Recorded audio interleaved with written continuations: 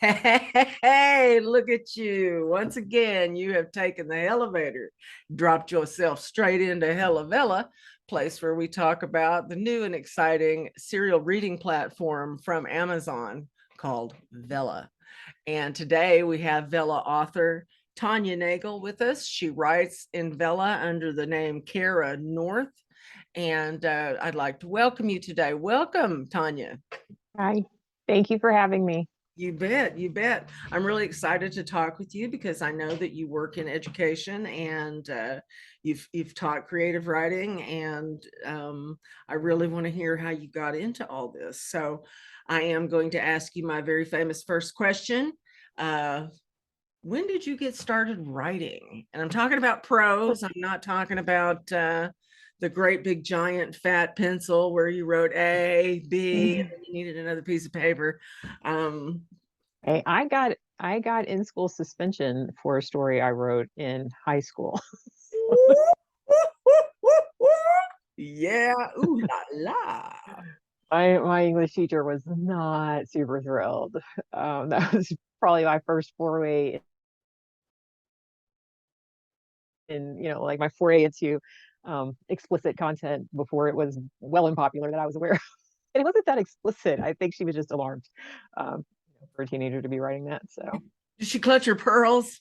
Did you Yeah, come? it was though it was a complete yes. Like it was a complete. I want to hear about this. So, how old uh, were you? I was 15 15, got mhm, banned, got in suspended. school suspension. Yes. So they didn't send you home back then. They just sent you to a room. Okay, okay. In school And then you spent the suspension. week in pretty much in that isolation room. hmm So Yeah. now I want to hear, what did you write about? Nasty, nasty little I Tonya. know. Yes. What was So it was I mean it was a romance. Like it was some people they met, on like on a bus, and then they, from there they, because you're a kid, I'm under the age of 16, so like I can't drive. Um, so, and I lived in the city then, so I took, as obviously I do not live in the city now, but I lived in the city then, so I took public transportation everywhere. And I mean, you see everything on public transportation, Yes, everything you from do. like hardworking people to Yes. people that you're just like, please don't come over here. Uh, so, and Where do I you live? watched Where was this public transportation? What city are we talking? Louisville, Kentucky, Okay. said Louisville for everyone else in the world, but I have to say Louisville so people know that I'm real, that I really came from It's like you can't say, there. you can't say I'm from New Orleans. No, you can't. No, no. I'm from Nolans. Yes, it's like If it's you yeah, say it's you're from weird, New but it's one of Orleans, they're those. gonna like you're use a line. You Right. So that's the same, it's the same situation with that. Louisville. And Louisville. Okay. Yeah. Um, so anywho, so I was growing up there, in the city, and often public transportation was the way around. And I had watched like this couple, like, he was obviously going to the same, public school situation that I was going in, but she was in a uniform. And you just, from the beginning of the school year, toward, the end of it, like they blossomed from like this, you know, Sweet little couple. yes, and then into like a couple or whatever. And Zach and so, Mira make a porno on the bus. well, yeah, Little well, Tanya. yeah, they didn't get that explicit, but I took them off the bus. And I didn't use like super explicit terms or whatever, but like again, the glory of fiction is the ability to alter, alter things. So, one of them had to get a car, like, like things had to progress. But it apparently progressed too far for my English teacher, who was just appalled that I was, having them kiss or touch or make out or say things to each other. Like, I was just like, lady, do you not, like, do you hide in this room all day? Like, have you heard what is going on in those halls? That's pretty sad. That's pretty sad. Okay, so I'm going to take it that you started writing somewhere So yeah, before so that fifth. was my first. Yeah. So after, for actual publication, what happened is I had walked into a used bookstore.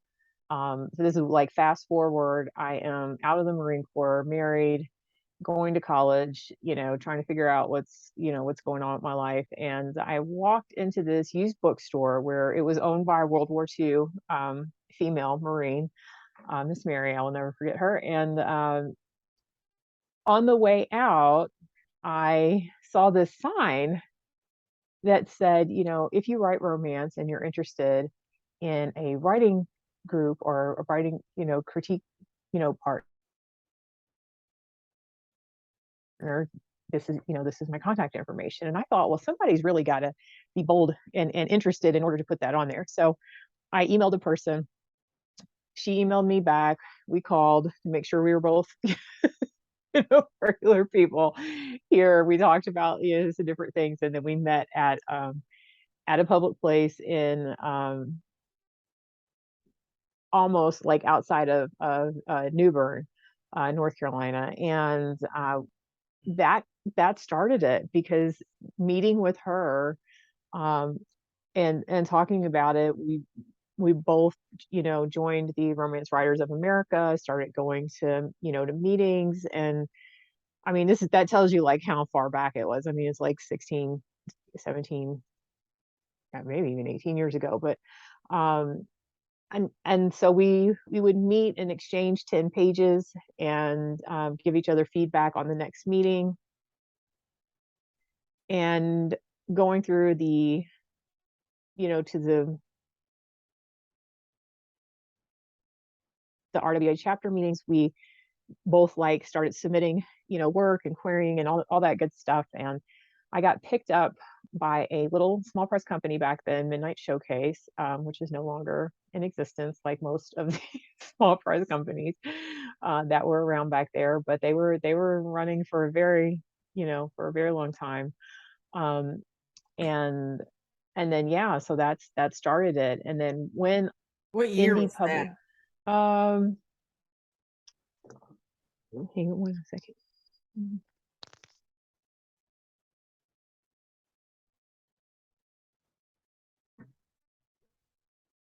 Oh my God, you gotta like look in the inside cover of the book. Oh, Okay, rough. so 2005. Um, so that's So 16 oh, years, oh 17 years. my gosh, yeah. Like I'm, I'm like moving up in those numbers. That's So one. we'll just yeah. Let's So show us the first one. Let's see it. okay, so this is actually, I don't have the print from Midnight Showcase. This one is 2006, and this was from Mardi Gras um, Publishing, and it was my Tequila Makes Her Clothes Fall Off. But I do have this because it was my first print book. Um, and see, like even on the back, they put all the little stuff on it. And so it's like one of you know, the only copies that I have. I don't know if there are any more out there in existence, but yeah. So I had like my short stories, at Midnight Showcase, and then Mardi Gras picked up that, and that started it. And then within a couple years, like indie publishing really started taking off, and these small presses started reorganizing and closing and everything. And so I had books that I had published that I couldn't, back then, like you couldn't give them to another publisher. Like if it was already published once, they didn't want it again.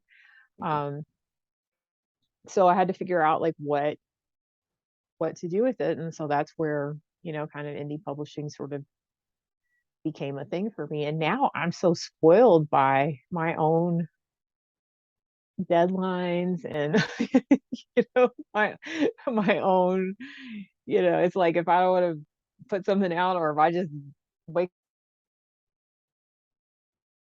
up tomorrow and something's been edited and I got a cover for it, I might put it out without any without any warning, and it's yeah, so but Wow. yeah, that's how it started. So how many books do you have out on Kindle now? Oh, don't. Yeah, it's a lot. Like it's probably like available right now, it's probably in the 40s or 50s, like they're Wow. including in anthologies and stuff like that. It's a So decent. did you do really well during the salad days in like 2010, Mhm. 2011, 12? I did okay, yeah. Like I was not well enough to hit a list, but I mean, like I did well enough to, to offset some expenses here and there. Do you make your living, your entire living this way? No, not at all. I made no living this way. For me, I am super excited when my writing can pay for my writing expenses. um, Sure, I've that'd be super excited when that happens too. Yes, yes. So for for me, I like I work full time, um, and then I adjunct, as needed part time, and it's I, I know that like the dream I had when I first started out is like I want to write full time, and that's all I want to do, and I want to be able to pay my bills and everything else on it. But the reality of the amount of stress and the amount of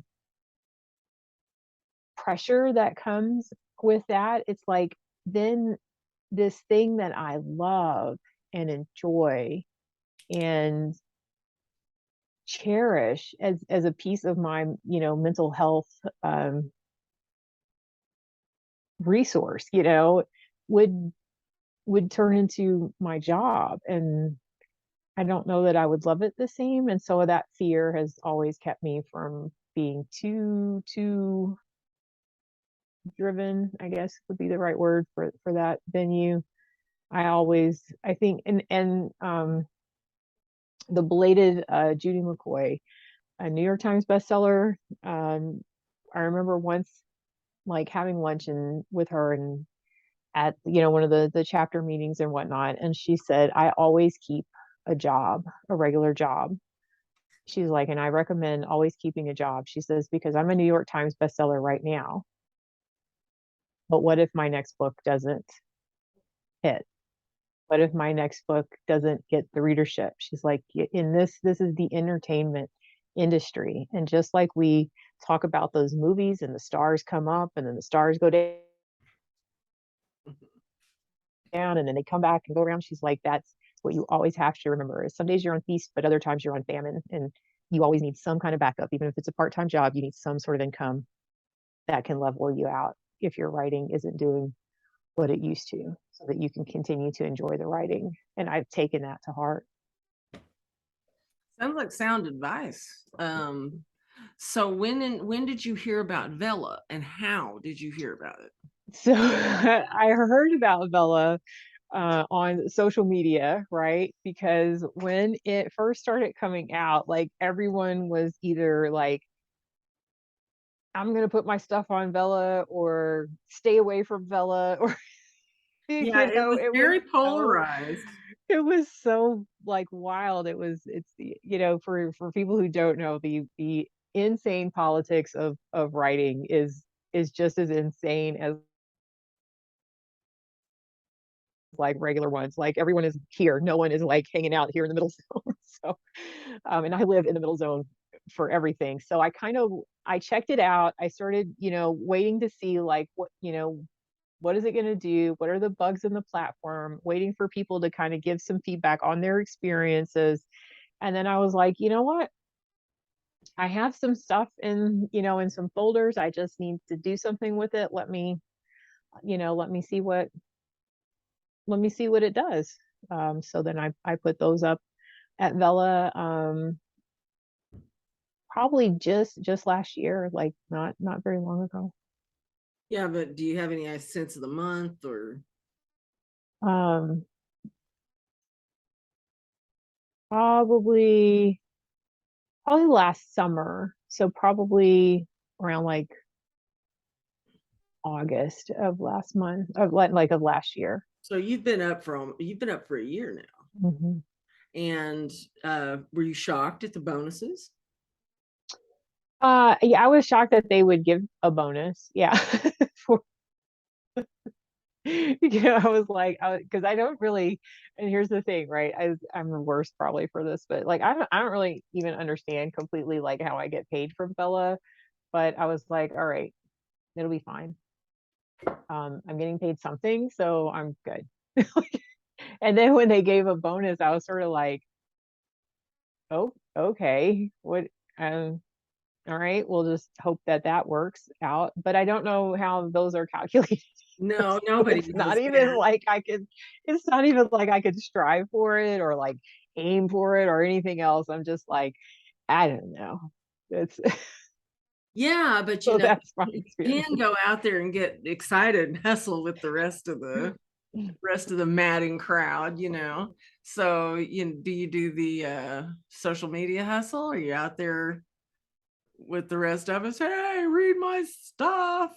I am, but not like I'm no more than I do with anything else, I mean, which is probably why I'm not making, because there's some people who are making some decent like bucks over there right now. And I'm again like I'm just really pretty excited that I'm making anything because I didn't realize I was just like, who's gonna read this? Um so I Well, that's so confidence for you. I know, right? So that I'm like, because again, it's this platform, and every time I was talking to people about it, like my readers about it, they're like, "What? What is this?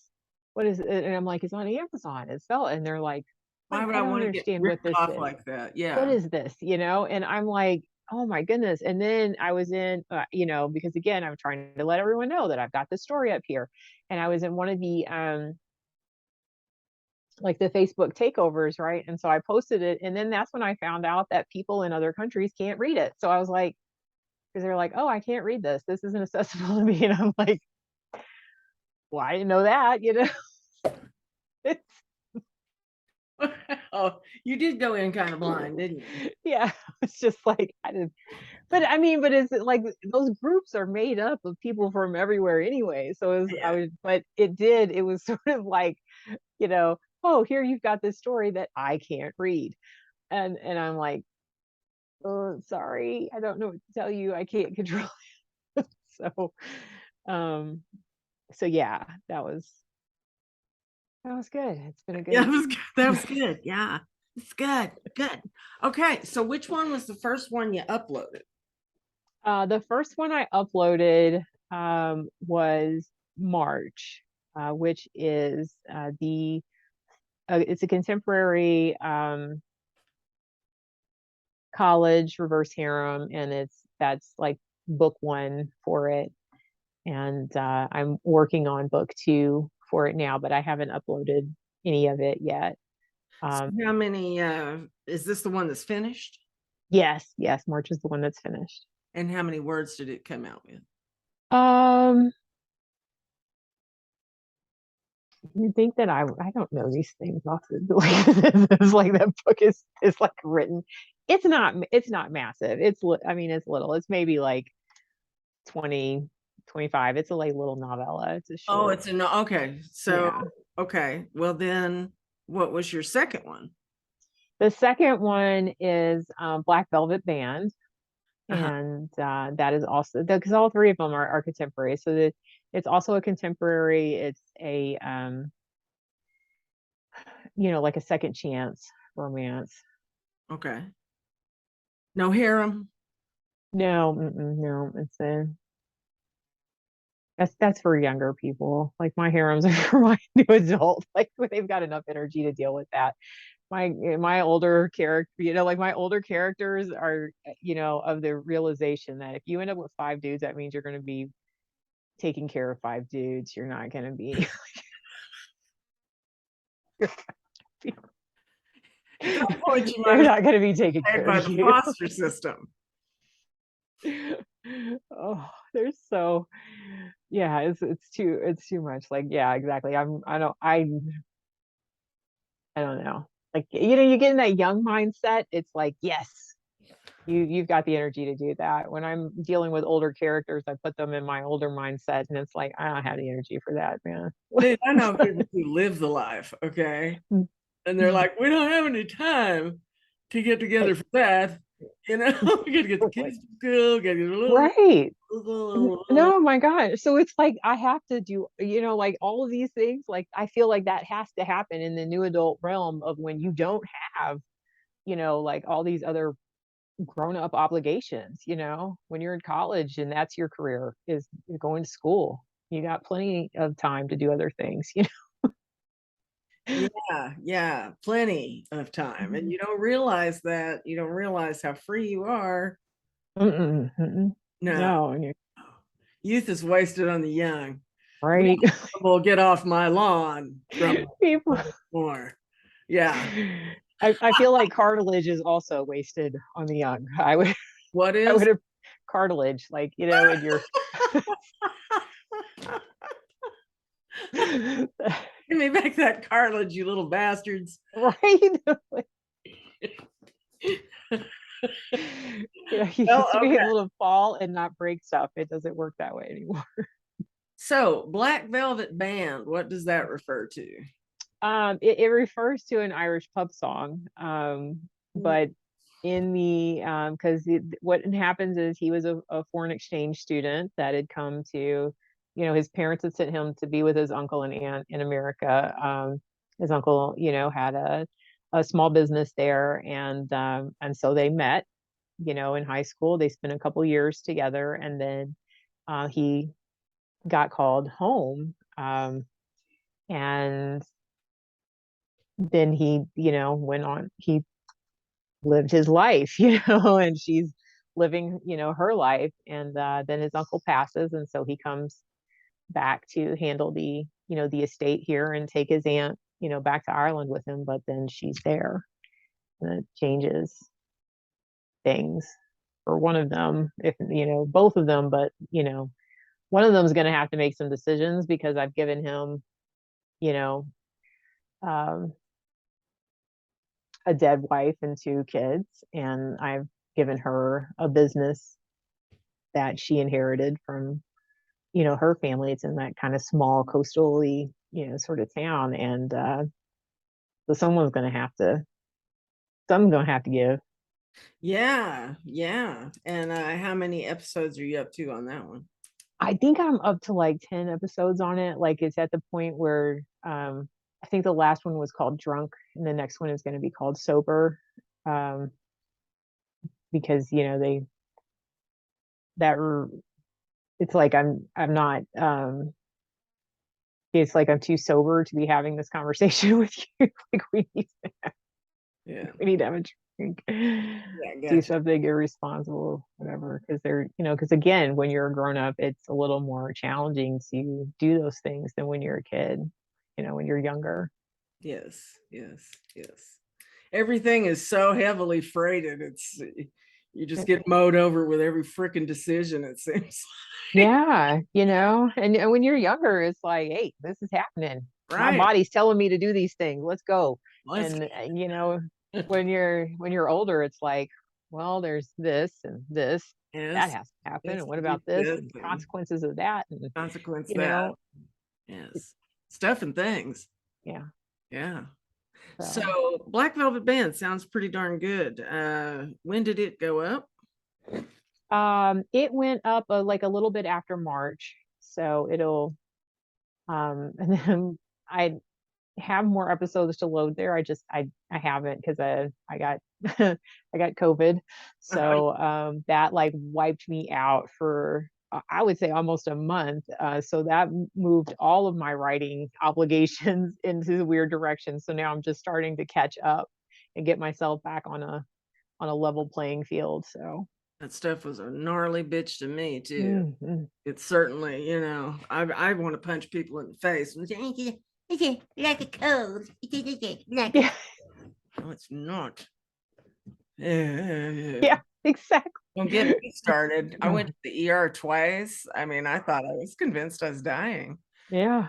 It And that stuff makes you feel like you are. And anyway, yeah. so then there's a third one. You got a third one, an officer, not a gentleman. An officer, not a gentleman. Yeah. So I'm a Marine Corps veteran. My husband's a retired Marine, so I do a lot of Marine stories here and there. And yeah, and there's always like that officer and a gentleman, and you're always expecting them to be um, on this standard, right? And so I have him, he pretty much comes off as a complete, jerk, right? Bag of douche. Okay. Yeah. But what you don't what you don't see, because you're seeing it like from her point of view.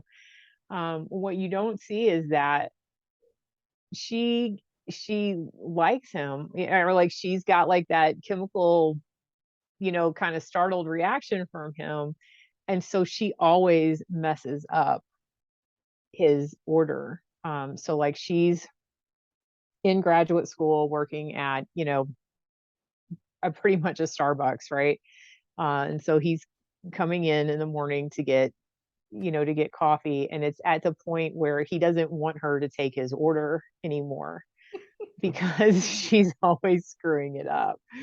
And Sucks. she thinks he's just a jerk because, and because, Marines are like, you do expect a certain, and especially if it's like a coffee order that you know how to make, like, why are you, like, how hard can it be, right? So, so that's that miscommunication of things there or whatnot.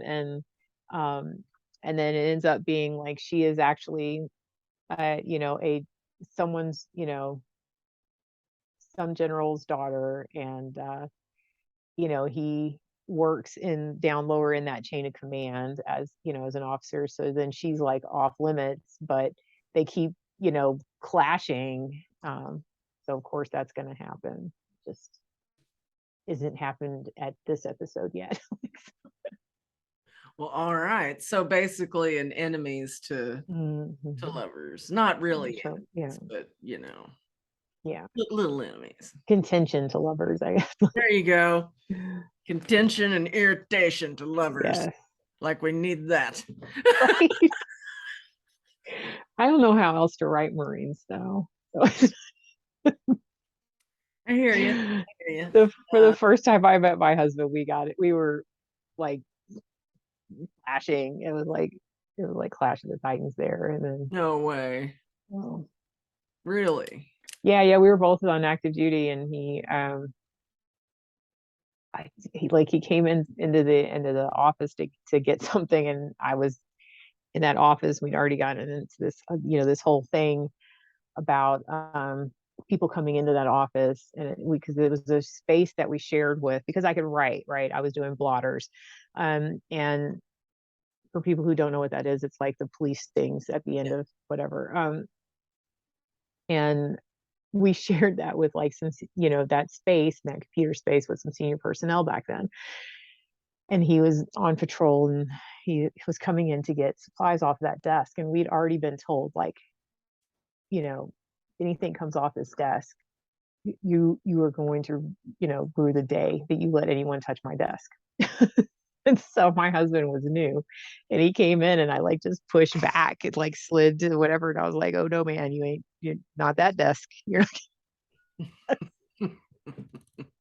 and then and he's not used to people to, because he outranked me a little bit, not a lot, but a little bit. He's not used to people like talking back to him, and he came from the infantry, and so here I was like a female at that, and he was just like, I'm going over there, and I was like, no, the hell you aren't. Like, we'll be like, you picked the wrong one today, buddy. I'll come at Um, you like a badger. right, like, so then he's just like angry, and we have, our words. He leaves. Um, and they had lots of choice words. But then, then, we eventually ran into each other in less than work contentious type situation, and started talking. We had a lot in common, Yeah. yada yada yada. like 30 years later, we're here. That's sweet. I like We're here in a cabin in the woods. you guys have been married for 30 years. Yeah. Like just Cabin in the woods, you say? yeah. The woods in western North Carolina. Yeah. Uh-huh. So, are you ready to withstand the next nuclear war? Is that what you're saying? I don't know. I think that after too many combat tours, like he just likes the seclusion and the privacy um, of it. And my job was, gracious enough for me to, my full-time job was gracious enough for me to be able to work from home. So I do that, and What does he I do? go in and visit them. And He's retired. yeah, I was gonna say like he manages the dogs. Uh, he does some things, but yeah, like he's retired. Between the level of achievement in the military and the damage of the physical damage of things and whatnot, like he's probably not ideal in too much of a typical work situation. So Yeah, the ones that really get in there and do the job, they don't cut them loose in the best of shape all the time. yeah, Yeah, yeah. yeah, we won't So talk about that anymore. yeah. That's good enough on that. But we still have Vella questions. Now, my next one for you, since you've got three of them that you've written, or you are still writing on two, finished one, Mhm. have you read any? Yes. And have you read any that you would care to share with the audience, shout out, tell us how good they are, and by whom?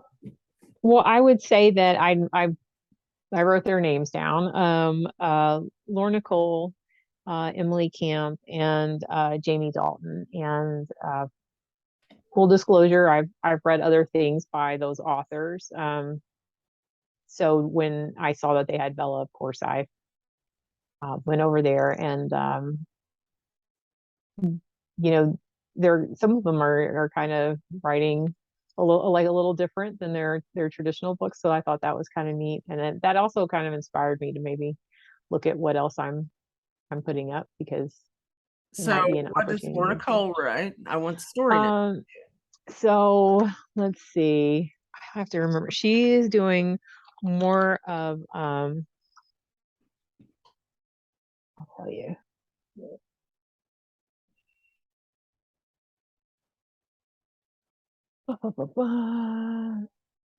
It's like fantasy paranormal. The latest one was Moon Contract. That's Moon Um, Contract. yeah. Okay. Emily Camp. Okay, so Emily is doing new adult over there. Um, and hers is What is Hidden, and it's completed, if that matters. Okay. And then Jamie is doing fantasy as well. And I remember hers because it has like this woman on the cover, and it's like an anchor or something that's like shooting out from the cover. Um, Goddess of the Broken. There we go. Got That's it. my ride. I Broken. remember like visuals. Like, did I tell you about their covers instead of instead of their titles? You're looking that's me with directions too. It's like you want to go to this house, but I have no idea what street it's on. So No, I got that. I got that 100%. I am absolutely geographically challenged. I get turned around in a shopping mall. Yeah. And so I've got Lorna Cole, Moon Contract, Emily Camp, What is Hidden, and Jamie Dalton, Goddess of the Broken. All right. So Now, since you've had, a pretty decent experience out on Kindle Vella, from what I can assess anyway. But what would you do if you suddenly woke up tomorrow and you were CEO of the company? Would you change anything? And if so, what would that be? I think I would change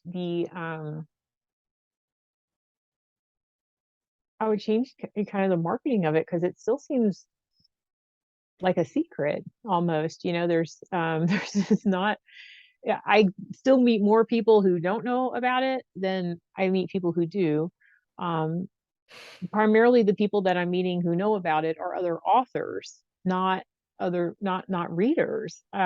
So I get it, like you've got to have authors writing books in order for readers to be able to come in and find them. But those other serial platforms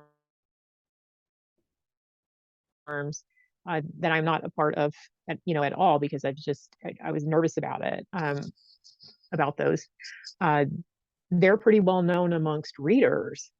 So I think that they need to get out there to more readers to understand it and to get it and to get interested in it. What would be Um, your idea for doing that? Like just standard advertising or? yeah, I mean, because I don't, aside from Vella authors and the Vella Facebook groups, like I don't see anything about it. Right. They're just, Well, it's just, are you a Kindle Unlimited member? I am not a Kindle Unlimited member. Now, Um, if you're in KU as a member, you've been advertised at. You've had free mhm, tokens and you've been advertised at through the mhm. Kindle app. Okay. So But but they're still pulling from yeah, their same yeah, people. that's their current readership. Yeah. And And I don't know that those are the they're reticent people. to read any of this serial stuff. The current Right. readership, the ones who, especially Kindle Unlimited, because they pay $10 a month, and some of these broads are reading a book a day. Hmm. Hmm. Yeah. And They're voracious readers, so I they call need. that voracious. A book a Yeah. day is Hmm. pretty voracious. Yeah. And these people just call bullshit on Kindle Vella and the whole Hmm. model of it. Well, because they're not the group, I guess, like the readership that I imagine based on teaching college and hearing those students talk about it. The readership that is interested in serial uh, are under the age of 30. Yeah. And so those are probably not your Kindle Vella readers, because they are in college. They do have shorter bursts of time to do things. So getting, a chapter here, a chapter there, it gives them something to kind of, look forward to, or to support in that. I want to say, like, in that old school way of like comic books and things of that nature, where you've got to get something every week or every 2 weeks in order to get to the. And our unlimited readers are there. I mean, there's a reason that they have the unlimited. It's because they are voracious readers. They want a complete story right now. They want a complete series right now. That was my argument. They're not exactly the best Yes, they target. are. So again, like, I think I would change like how they are marketing it. Like, I think they should be marketing it to um, people who are more interested in that serial, you story. Those Yeah. the people who like to take information in those bite-sized chunks. And who knows, they might, they might be, but for the changes in advertising to those under 18, Mhm. there's been some dramatic changes there, Mhm. and almost nobody wants to touch it anymore. It's just too regulated Yeah. and too much potential for whatever. But but they could hit them in college. I guess they could hit them in young college. Yeah.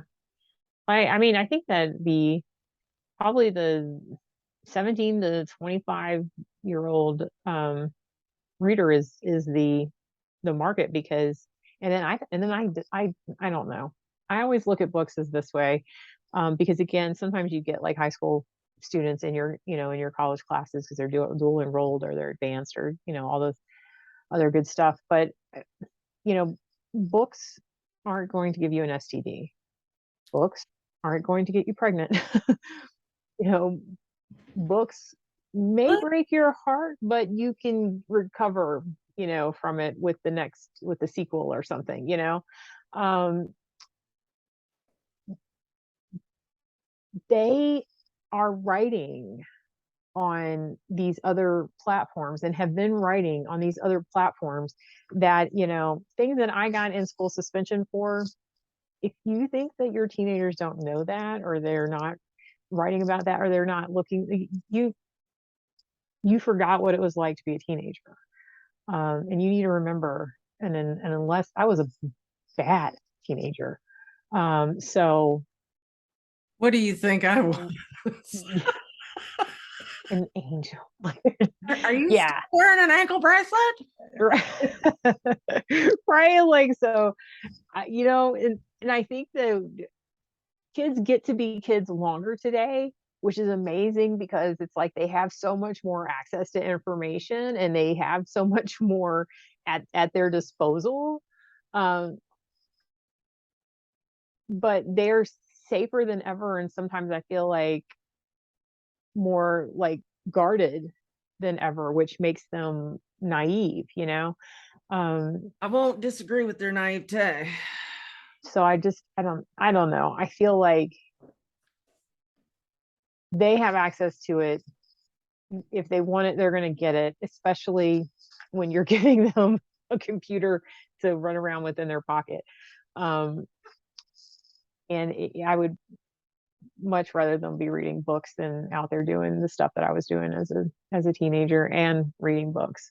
Um, you know, so I don't know. I don't Well, know where I was going, but they need to target that market and give them more awareness that this is an option for them to read, because they are already reading and writing on those other apps. right, Um, like Wattpad and stuff like that. yeah. Mhm. Right, right. So See the hit walker them. here behind me? This is not mine. This is my husband's, who decided to have himself a really bad BMX accident on July 4th. Yeah, The yeah. cartilage that you wish you got back when you.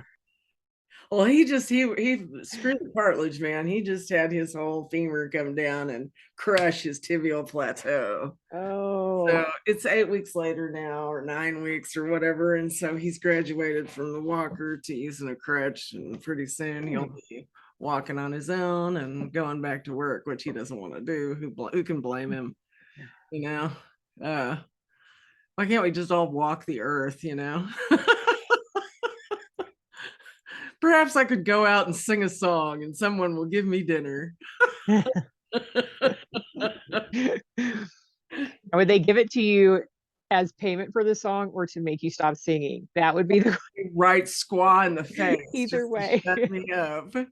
Like, either way, just give me the dinner. The way I get to eat. Right. But no, I don't know. I think that would be good to have more advertising. Of course, that's been brought up time and time again on the show, and I really by now thought that, and no disrespect, I'm happy with the way things are, but I really by now thought that we would have access to adverting out on Amazon the way that you do through Kindle, you know, that there be some access to the advertising tools after a year. But maybe they're waiting and we're not going to get access to any of the adverting tools until after it's gone fully international. I would imagine that, and probably also when the bonuses are gone. Because that's one of the things that people, they that is it's always and for me, that's the way I always see it, is like, this is to get you here. it's the lure to get you here and to put your work here so that we can build this platform so that you will help us build this platform. So when you're getting a bonus, you're not really getting a bonus for your reads or anything else. You're getting the bonus for marketing that, and that marketing shows because you're getting the reads, right? You're getting, so while you're pushing you, you're not just pushing you, you're pushing them. Yes, I Which agree with is, that. and it's probably cheaper to give people bonuses than it is to do all that mass advertising. Um, That's right. so I think once it's up and running, it's kind of like Kindle Worlds, right? Like back when they had like back when they had those. Stop that. Yeah, I know, it's like there was But it this. wasn't monetized. I'm sorry, it was what? Was not monetized. Right. No Like, coins to read. But no, it was just your regular, like, yeah, they purchased regular, but to entice people to write in those worlds, they gave, bonuses. did they When that really? when that first started. Yeah. When they first started, it was you could get anywhere from 50 to $200 depending on whose world you were writing in and whether or not they accepted you and things like that. Like it was a big. I think when it very, very first started, it was by invitation only to certain authors because I think they got like a $300 or $500 bonus for their story. So it was almost like you were getting an advance to Smack it put your again. story in that world. Um, and so, but as it went on, it came less and less and less, and then you know, the more it sort of just dwindled down, then it was gone. But How long did that whole process take? uh I mean, I think it was a few years. Like I didn't start Kindle Worlds until like right before they ended. That's always that's always me. I'm Yeah, I was always like, shocked I got in on the first of this. I was shocked. yeah, like that's and that's why, because I'm always too cautious about those things. I was like, you know what? I know enough people who are having a decent experience over here on it. I'm just going to try it. And I'm having a decent enough experience on it that I'm just going to write it out. And if it helps my other books to get some visibility or some sales, um, Or then buys you that's better great. covers or whatever. Yeah. And I also enjoy the building of that story almost in real time, um, because I'm really sharing it. Then um, it's not going through the same process, which I think is also important for readers to know. Just like on those other platforms or whatnot, is a lot of times that it's not like I'm having this chapter super edited and then posting it. Like this is happening. You're seeing a like Pretty a third raw version. draft. Yeah. Yeah, like you're seeing like me and my edits and maybe a little bit of feedback of somebody who's also following the story, but not too much more than that. Not a fully vetted Hmm. and Hmm. very filtered. And I think that's but Hmm. Tonya, I think that the unfiltered content is what people want. Hmm. It's turning out to be, the sophisticated content, the polished content, the curated content. That's going by the wayside. People want stuff, people want to see, somebody accidentally take a picture of their ass or something and, It's that, characters. Yeah, they don't. I would say that unless you have some, I would say some grammar snobs out there. You have some people who think they're grammar snobs who are actually doing some damage to people out there because they're doing crazy things like saying this isn't the right word or this is a whatever or this is this is poorly edited, and it's like, but you're not an editor.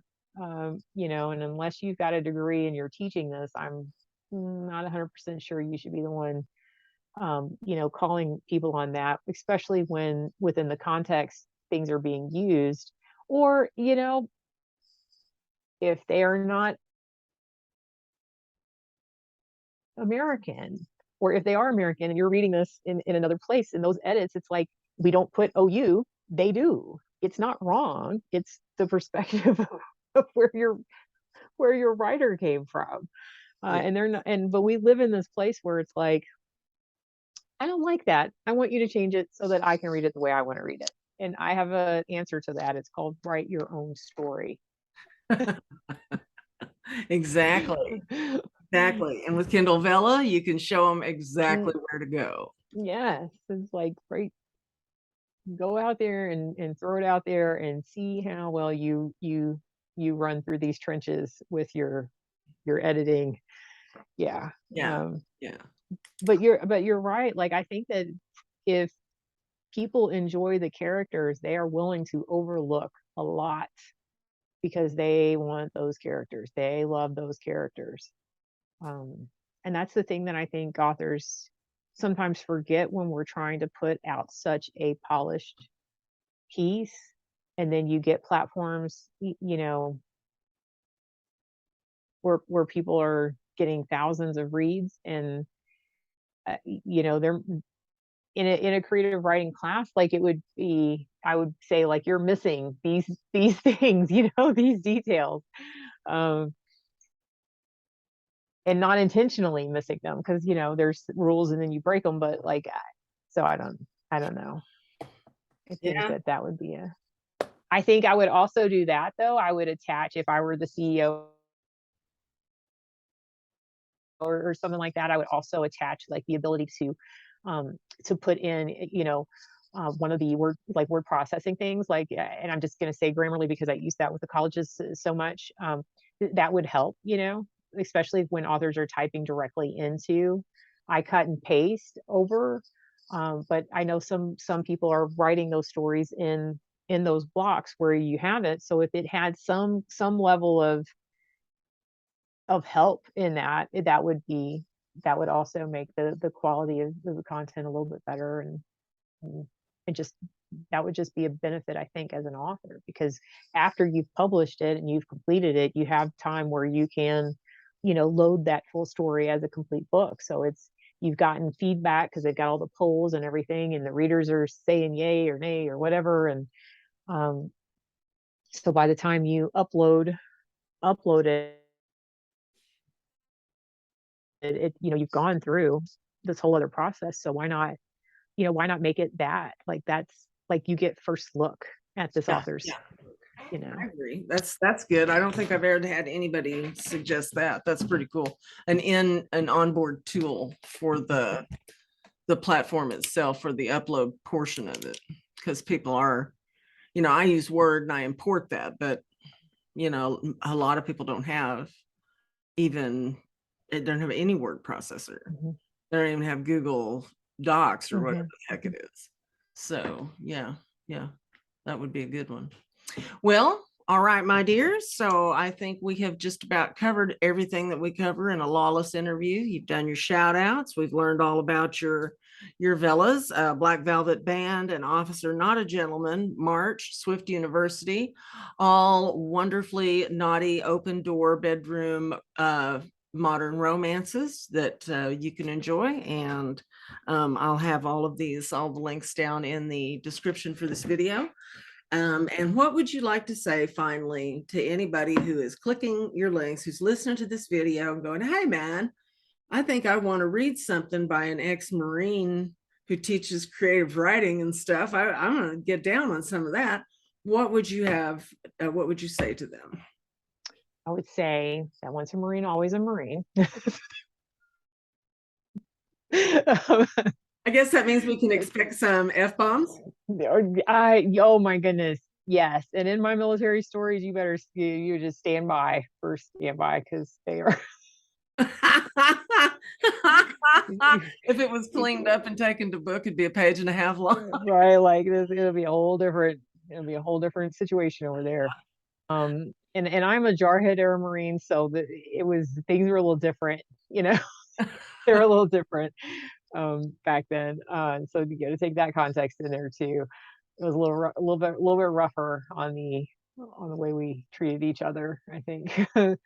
um, but I would say that yeah, like just check out my stuff. If you like it, that's awesome. If you don't, that's cool too. You can let me know what you liked or what you didn't like about it. If it's something that's like useful, like that, and I don't want to say that people's opinions aren't, but like sometimes there's like useful things in there. Like I really wish I would have known more about this character's background, and you're thinking like, oh, I didn't want to dig into all of that. But knowing that there are people out there who are interested in it might influence how much detail I give or how I sprinkle that in a little bit more in the next book. So I appreciate like constructive feedback, and I do read that and I do take it to heart. But if you're going to get me on my grammar and your post is all jacked up with lowercase letters, I mean, good on you. I'm not paying attention to that review.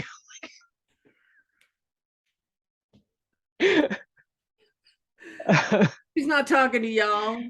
Yeah, it's like you don't need to be my reader anyway. But yeah, I love connecting with my readers. I have a Patreon, so I send out quarterly stuff to them. um I I don't know, give it a shot, you might like it. Well, This is not your best marketing pitch you right heard it here. here. Hey, give it a shot, man. You might like it. It suck ass, but oh, there went my dog. Probably gonna go chew the neighbor's leg off. Well, this is Azrielle Lawless, and this here is Tonya Nagel writing as Cara North out on Kindle Vella for now. And we already have 3 great Vellas out there by her, and I encourage you all to try them. As always, in the description of this video will be links to get to her work, including her Kindle work. We'll at least take you out to her Kindle author page and let you peruse her many what do you call that, a backlist, when you've Yeah. actually been a writer and you've got stuff up there. Like, I can't even get it to accept my second Vella up there on my author profile. So uh, I think I call actually, it my contemporary historicals, because some of my books, like, they didn't really have like cell phones and stuff like that, but like they're not historical.